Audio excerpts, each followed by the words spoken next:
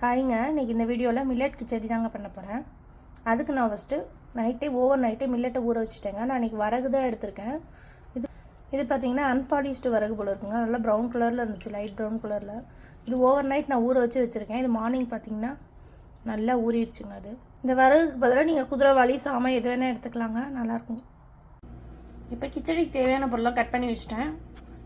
என்னென்ன கட் பண்ணி வச்சுருக்கேன்னு பார்த்தீங்கன்னா, நம்ம வெஜிடபிள் என்ன இருக்கோ அதெல்லாம் ஆட் பண்ணிக்கலாம். நான் கேரட், பீன்ஸு, பீஸும் இன்றைக்கி ஆட் பண்ணியிருக்கேன், பட்டாணியும். கருவேப்பிலை தாளிக்கு எடுத்து வச்சுருக்கேன். வெங்காயம், தக்காளி கொஞ்சம் கட் பண்ணி வச்சுருக்கேன். இஞ்சி பூண்டு பேஸ்ட் இருந்தால் போட்டுக்கோங்க. நான் இன்றைக்கி இல்லைன்னு பொடிப்படியாக அன்றைக்கி இஞ்சியும் பூண்டையும் கொஞ்சம் கட் பண்ணி வச்சுருக்கேங்க. ஃபஸ்ட்டு பார்த்தீங்கன்னா நான் குக்கரில் வந்து 1 டீஸ்பூன் வந்து நான் கீ ஆட் பண்ணியிருக்கேன். கீ இல்லை ஆயில் ஆட் பண்ணிக்கோங்க. இதில் பார்த்தீங்கன்னா கடுகு, உளுந்தம்பருப்பு, கருவேப்பிலை போட்டிருக்கேன். இப்போ 2 பச்சை மிளகா வந்து கட் பண்ணி ஆட் பண்ணிக்கோங்க. இதிலே நம்ம இஞ்சி பூண்டு கட் பண்ணி வச்சுக்கோங்களோ அதையும் ஆட் பண்ணிக்கலாம். இது கொஞ்சம் நேரம் வதங்கட்டும். அடுத்து ஆனியன் ஆட் பண்ணிக்கோங்க.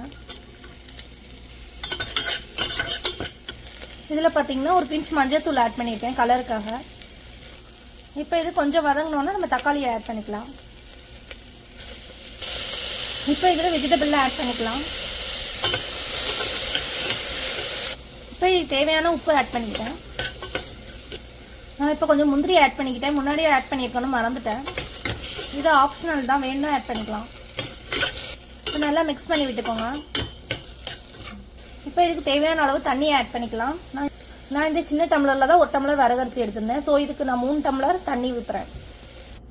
நம்ம வரகரிசி போடுறதுக்கு முன்னாடி இதில் உப்பு செக் பண்ணிக்கலாம். இப்போ பார்த்தீங்கன்னா இதில் உப்பு வந்து ஒரு பிஞ்சு கொஞ்சம் தூக்கலாக இருக்கணும். அப்போ தான் நம்ம வரகரிசி போட்டு வெந்து வரையில் கரெக்டாக இருக்கும். இந்த வரகரிசியில் பார்த்திங்கன்னா ப்ரோட்டீன், ஃபைபர் எல்லாம் அதிகமாக இருக்குங்க. டைஜஷனுக்கு ரொம்பவே நல்லது.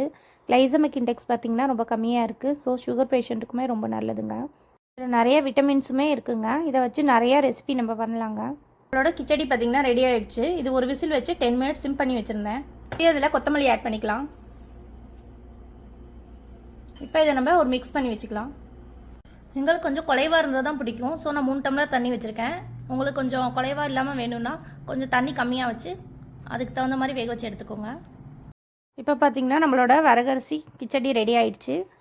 டேஸ்ட்டு பார்த்திங்கன்னா சூப்பராக இருந்துச்சு. கண்டிப்பாக நீங்களும் ட்ரை பண்ணி பாருங்கள். நம்ம நெக்ஸ்ட் வீடியோவில் பார்க்கலாம். பாய்ங்க.